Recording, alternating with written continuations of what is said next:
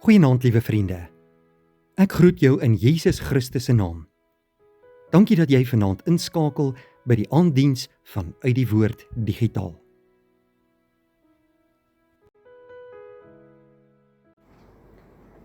Ons skriflesing kom uit Handelinge 17 vers 16 tot 34. Jy is baie welkom om daar oop te maak saam met my.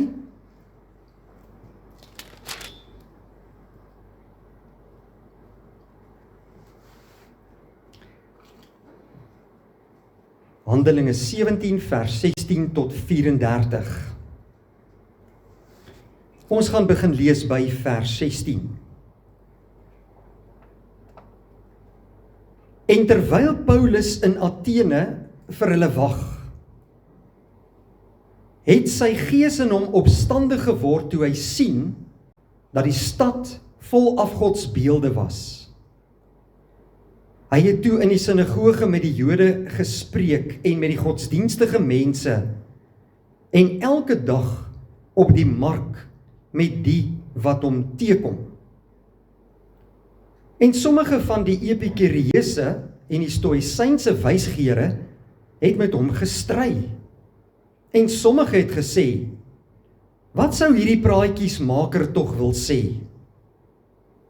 Ander weer, dit lyk of hy 'n verkondiger is van 'n vreemde gode, omdat hy aan hulle die evangelie van Jesus en die opstanding verkondig het. En hulle het hom geneem en op die Areopagus gebring en gesê, kan ons verneem wat hierdie nuwe leer is, wat deur u verkondig word? Want u bring sekere vreemde dinge in ons ore. Ons wil dan weet wat dit dan tog kan wees.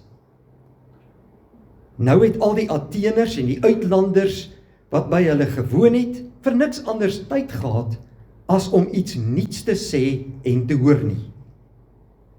Paulus gaan toe in die middel van die Areopagus staan en sê, Atheners, ek sien dat julle in elke opsig baie godsdienstig is. Want terwyl ek rondgegaan het en julle heiligdomme aanskou het, het ek ook 'n altaar gevind waarop geskrywe is aan 'n onbekende God. Hom dan, wat julle vereer, sonder om hom te ken, verkondig ek aan julle. Die God wat die wêreld gemaak het, en alles wat daarin is, hy wat ook die Here van hemel en aarde is, woon nie in tempels met hande gemaak nie.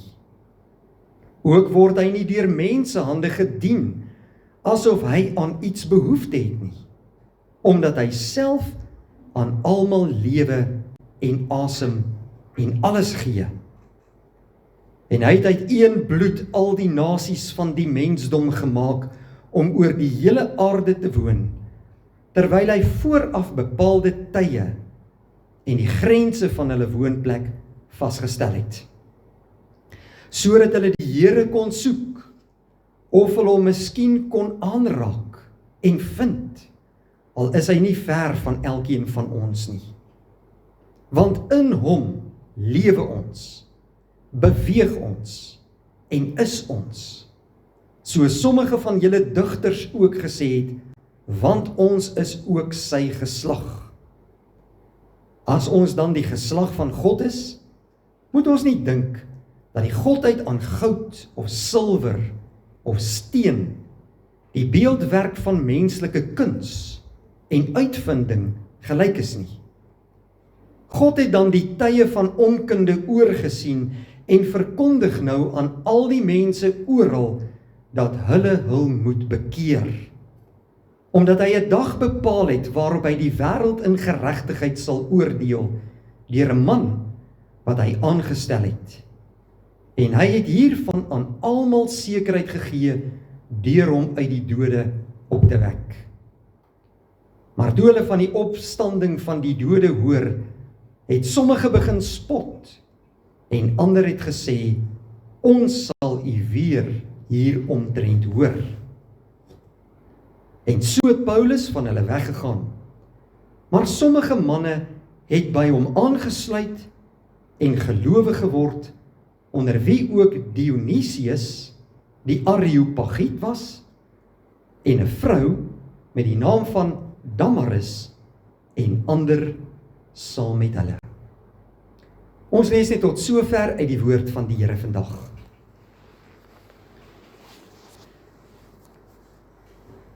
Broeder en suster, God het 'n plan met elkeen van ons se lewe. Jy is nie per ongeluk hier, in hierdie tydstip van die wêreld se geskiedenis nie. Jy woon en werk in 'n spesifieke omgewing, soos wat God dit bepaal het in sy groot raadsplan. Net so het God ook 'n plan met Paulus gehad. Ons kry hierdie plan telkens in die begin van sy briewe. Onder andere in Romeine 1 vers 1 is een van daardie plekke waar Paulus sê dat hierdie brief 'n brief van Paulus is, 'n dienaar van Christus Jesus, geroep as 'n apostel, afgesonder vir die evangelie van God. Dit was God se plan vir Paulus, om 'n apostel te wees en om afgesonder te wees vir die evangelie van God. In Handelinge 17 lees ons hoe God 'n deel van hierdie plan in Paulus se lewe uitgevoer het. En dan vandag, in vandag se deel, in Handelinge 17 vers 16 tot 34, gaan dit oor Paulus wat in die stad Athene was, wat die evangelie van redding aan mense kom verkondig het. Nou in Athene het die Griekse filosowe Paulus gehoor praat, en hulle neem toe vir Paulus na die Areopagus toe, om daarna om te luister. Wat was hierdie Areopagus? Daar was 'n raad van mense in Athene, wat toesig gehou het oor die openbare orde, en oor die morele standpunte van die samelewing in die stad. En hulle het gesag gehad oor die godsdiens en oor die morele lewe.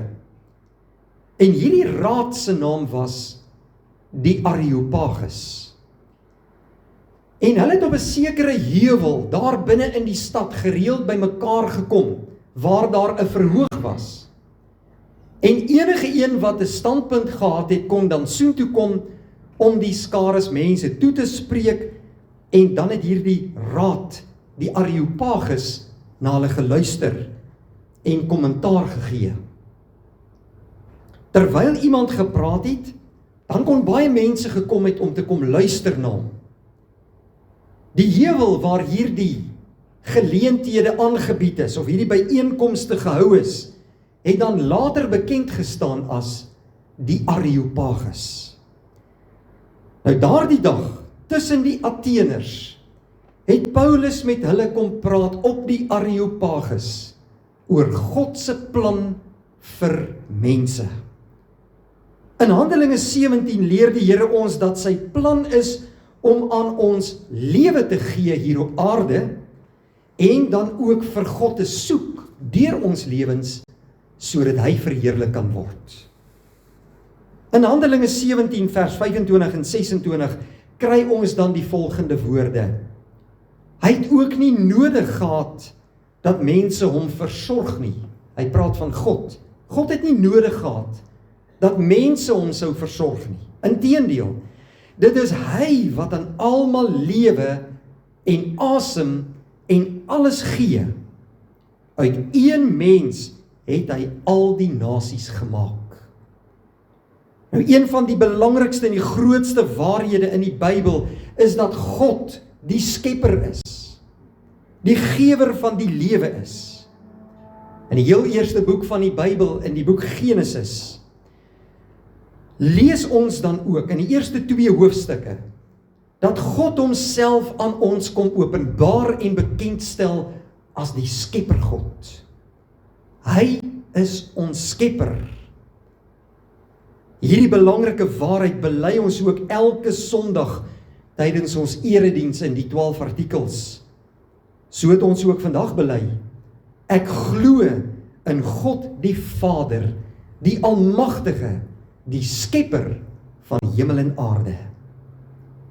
Die lewe wat God gee, broeder en suster, is lewe na liggaam en siel.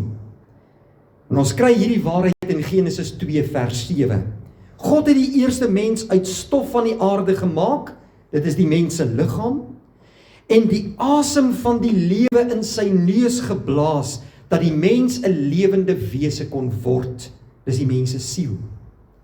Oor die lewe wat God, die skepper, vir ons gee, is dit belangrik om vandag hierdie vers in Genesis 1 vers 27 ook te hoor. Daar staan, God het die mens geskep as sy verteenwoordiger, as sy beeld hier op aarde. Man en vrou het hy hulle geskape. Na die sondeval het die mens na liggaam en siel onder God se oordeel gekom en is die ganse menslike geslag in ellende en die ewige dood gedompel om verlore te gaan. En dit is gevolg van sonde. Maar broeder en suster, God is 'n genadige God. Hy wil nie die mens in sy sonde los nie. Hy's lief vir die mensdom. Hy's lief vir elkeen van ons. Hy wil sy plan aan ons kom bekendstel. Hy wil ons kom red.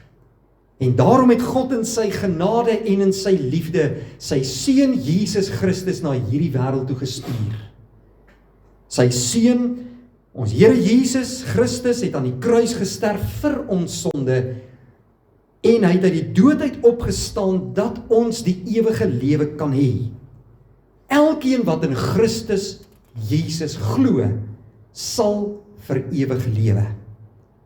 En dit is weer eens en steeds God die Vader, die Almagtige, die skepper van hemel en aarde, wat die ewige lewe deur sy seun vir ons uit genade kom gee. 'n Baie belangrike vers in die eerste boek van die Bybel is Genesis 1 vers 31. En dit is dat God, nadat hy sy skepping volmaak afgehandel het, gekyk na alles wat hy geskaap het. En hy het 'n belangrike, diepe betekenis daarin gesien. Daardie vers beteken dat God alles wat hy geskep het, onder sy oog hou en ook in sy hand hou. God het nie net die skepping in ons as mense gemaak en nou los hy ons nie. Hy's betrokke by sy skepping. Hy kyk na sy skepping. Hy sorg vir sy skepping. En Paulus het met hierdie boodskap daardie dag op die Areopagus na die mense van Athene toe gekom. En hy sê vir hulle in vers 26, uit een mens het God al die nasies gemaak. En hy het hulle gemaak om oor die hele aarde te woon. En hy het bepaal hoe lank hulle sal bestaan en waar hulle sal woon. Die Grieke wat oorspronklik van Athene was, hulle het gedink hulle is baie beter as ander mense. Onthou, dit was 'n hoogs gesofistikeerde samelewing, die Griekse samelewing in Athene. En hulle het daarop geroem dat hulle uit die grond van Athene geskep is. Hulle is uit die grond van Athene gebore. Dit was deel van hulle godsdiens. Hulle het geglo dat hulle in beheer van hulle lewe is. En die Heilige Gees het vir Paulus daar op die Areopagus daardie dag gelei om anders te praat en vir die Atheners werklik te sê in wie hy glo en wat hierdie God kom doen het. God is die skepper, die gewer van die lewe. Hy is ook die bepaler van die lewe. En ons kry dit op baie plekke in die Bybel dat God ons lewe bepaal. Daar is soveel tekste wat dit duidelik stel. En ons hoor dit ook vandag in Handelinge 17 vers 26. Hierdie twee dinge, hoe God ons lewe bepaal. In die eerste plek, hy bepaal hoe lank ons sal bestaan. Ons het voorbeelde ook hiervan in die Bybel in Genesis 15 vers 15, waar die Here na Abraham toe kom en sê dat hy in vrede sal sterf en op 'n hoë ouderdom begrawe sal wees. Hy het bepaal wanneer Abraham tot sterwe sou kom. In Jesaja 38 moes Jesaja vir koning Hiskia gaan sê dat die Here hom nog 15 jaar lank sou spaar. Die Here het bepaal wanneer dit sou wees. Solank ek en jy hier op aarde bly leef, voor Christus se wederkoms, het elke mens 'n geboortedag en elke mens het 'n sterfdag. Daardie 2 dae en al die ander dae tussenin word deur God bepaal. Bo alles wat gebeur, broeder en suster, troon God die Vader, die Almagtige, die Skepper van hemel en aarde, uit oor alles en almal in hierdie wêreld. Hy is die een wat lewe gee. Hy is die een wat bepaal hoe lank ons op aarde sal bestaan en hoe lank ons sal lewe. En dit geld vir elkeen wat na hierdie boodskap luister. Die tweede ding wat God bepaal volgens die Bybel is waar ons sal woon. Ons kry hierdie waarheid in Genesis hoofstuk 12, toe God vir Abraham gesê het, trek uit jou land uit die land Ur van die Galdeërs, na die land wat ek vir jou sal wys, naamlik die beloofde land Kanaan. En in Josua 1, waar die Here die woongebied van Israel in die beloofde land wys, daar wys hy vir Josua waar hulle sou woon. Die Here het bepaal waar die woonplek sal wees. Die Here wil hê dat hierdie belangrike dinge in hierdie vers God se plan met ons hele hart duidelik sal word.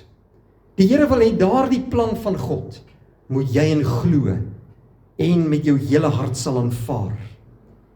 En hierdie plan is, God gee vir ons lewe op aarde. En die lewe is met liggaam en siel. Hy bepaal ook hoe lank ons sal lewe hier op aarde. Hy bepaal ook waar ons sal lewe hier op aarde. Ons woonadres word deur God bepaal. In die lewe, broeder en suster, wat baie keer so gejaagd is, waar die hier en die nou vir ons so belangrik lyk, is ons ook, gelowige kinders van die Here, geneig om hierdie baie belangrike waarhede te vergeet. Indien ons dit vergeet, hoe sal ons kan glo wat God vir ons sê? Handelinge 17 vers 26 is 'n belangrike vers in die Bybel, wat elke ware kind van die Here in moet glo. En dit bring ons by 'n belangrike deel, en 'n belangrike waarheid oor God se plan vir ons. En dit is, ons moet vir die Here leef hier op aarde. Ons weet die Here het ons geskape, hy bepaal waar ons gaan bly, hy bepaal ons sterfdag, maar tussenin moet ons vir die Here leef. Dit is sy wil vir ons. In Handelinge 17 vers 28 het Lukas die volgende woorde deur die Heilige Gees geskryf. Want deur hom lewe ons, beweeg ons en bestaan ons. Of soos party van julle digters ook gesê het, ons stam ook van hom af. Nou broeder en suster, God is hoog verhewe. Hy is in die hemel. Hy is die allerhoogste. Maar hy is terselfdertyd ook hier op aarde. Hy is alomteenwoordig. Hy is oral teenwoordig. Hy is die skepper van alles en almal. Ons lewe deur hom en net deur hom. Hy gee lewe aan ons. Hy gee sy seun aan ons. Hy gee sy Heilige Gees in ons. God is die bron van ons lewe. Ons lewe net deur hom. Wat meer is, ons beweeg en bestaan ook deur hom. Die Atheners het geglo, hulle afkoms, hulle wysheid en hulle vermoëns en hulle hele bestaan kom uit hulle self. En Paulus sê, nee, Hy weerlê met die woorde van vers 28 hierdie hooghartige dwaling van hulle. Trouwens, Paulus gebruik een van die Atheners se eie digters se woorde om te wys hoe verkeerd hierdie Atheners glo. En dit bring ons by die vraag, hoe gebruik Paulus dan die woorde van 'n heidense digter wanneer hy oor God praat, daar in vers 28? Hoor wat staan daar? Want in hom lewe ons, beweeg ons en is ons, soos sommige van julle digters ook gesê het. En wat het daardie digter gesê? Want ons is ook sy geslag. En dit verwys na God. Die antwoord op hierdie vraag kry ons in Romeine 1 vers 20. Van die skepping van die wêreld af kan 'n mens uit die werke van God duidelik aflei dat sy krag ewigdurend is en dat hy waarlik God is, hoewel dit dinge is wat 'n mens nie met die oog kan sien nie. God, broeder en suster, het die mensdom so geskep dat enige mens, selfs ook 'n Griekse heidense digter uit die werke van God en uit die skepping van God kan weet dat daar 'n ware God is wat hierdie dinge gemaak het. En hierdie woorde van Paulus is in werklikheid 'n klag teen die Atheners, dat hulle 'n gebrek aan insig het en daarom lewe hulle in die duisternis. Ons as gelowige kinders van die Here vandag en erfgename van die lewende God moet anders wees. En een van die dwalings is wanneer ons praat van die woord toevallig. Hoe dikwels hoor ons dit nie in die moderne tyd dat mense hierdie woord gebruik nie. Toevallig het dit gebeur. Maar in Handelinge 17 vers 28 kom die Heilige Gees en verduidelik vir ons dat niks uit toevalligheid of per toeval gebeur nie, maar dat ons deur God leef en deur hom beweeg en deur hom bestaan. Niks wat gebeur is toevallig nie. Alles wat gebeur is volgens God se plan met ons lewe. God se volmaakte plan met ons is om aan ons die lewe te gee, maar ook om God te soek met alles wat binne in ons is. God die Vader, die Almagtige, die skepper van die hemel en die aarde, se plan met ons is dat ons as sy gelowige kinders moet lewe. En ons moet hom soek met alles wat binne in ons is, en tot sy eer moet ons lewe. En nou is die vraag, hoe soek ons God in alles? Ons hoef nie ver te gaan soek nie. God is nie ver dat ons hom nie kan bereik nie, broeder en suster. Hy is naby ons. Hy is so naby aan ons dat hy in ons is. En Romeine 8 vers 9 sê, die Gees van God woon in ons. Die Bybel, God se woord, waarin hy homself aan ons bekend maak, is in ons hand en ook in ons hart. Ons kan die woord neem en ons kan dit lees en bestudeer en ons kan God se wil daarin ontdek. En ons kan God deur sy Heilige Gees in sy woord erken, om God te soek en in die Bybel om te ontdek en om uit te vind wie God is tot elkeen van ons se beskikking. Ons kan hom ook deur sy Gees in die Bybel soek. En wanneer ons as gelowiges van God sy wil soek en doen, dan lewe ons ook naby aan hom. Ons kan hom soek deur gebed en die Here sal hom ook aan ons kom openbaar. God het aan ons lewe gegee, broeder en suster, sodat ons hom kan soek. Gebruik ons die lewe wat ons het om hom werklik te soek. Ons leef net omdat ons deur God leef. En ons leef deur hom sodat ons hom kan soek. Is ons in die manier hoe ons leef besig om vir God te soek? Ons beweeg en bestaan deur God, deur hom alleen. En die rede hiervoor is dat ons hom kan soek en kan vind.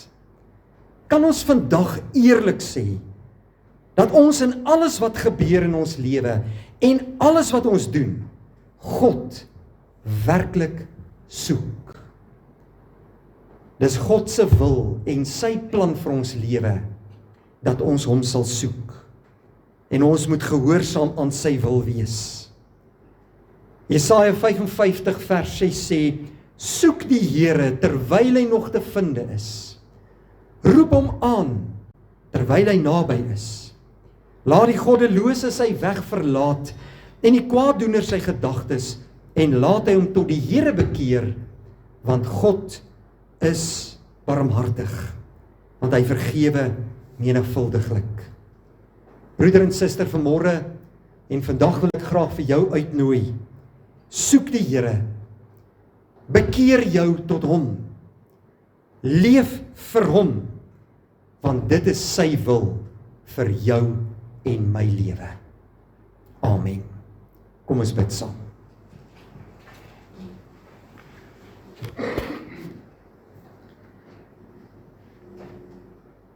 Here, baie dankie dat ons vanmôre op hierdie dag u naam kon aanroep in gebed en u woord kon hoor wat u vir ons beplan.